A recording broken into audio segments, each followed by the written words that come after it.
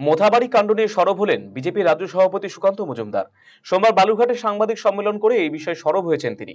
এমনকি তৃণমূলের বিরুদ্ধে মুসলিম তোষণের অভিযোগ তুলেছেন কেন্দ্রীয় মন্ত্রী।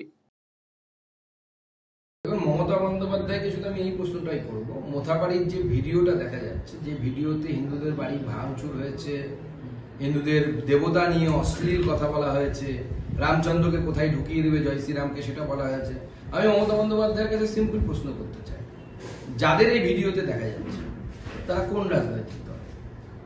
আমি তো শুনেছি তিনি যাদের দেখা যাচ্ছে তাদের মধ্যে থেকে একজন নাকি সেখানকার বিধায়ক সাবিনা ইয়াসমিনের আত্মীয় হয়।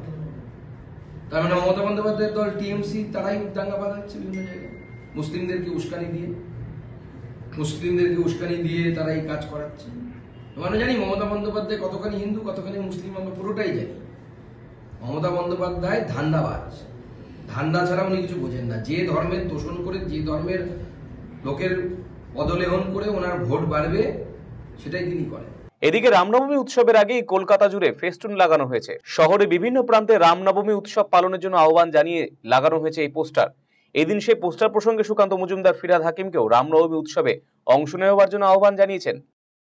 সেখানে যদি কেউ আবেদন জানায় রামনবমীতে পার্টিসিপেট করা, ভালো কথা তো সেটা। আমি তো ফিরহাদ হাকিম সাহেবকে দাওয়াত দিয়েছি, উনি দাওয়াত দিয়ে বেড়াচ্ছেন সবাইকে, ওনাকে কেউ দাওয়াত দিচ্ছেন, খারাপ লাগছে দেখতে।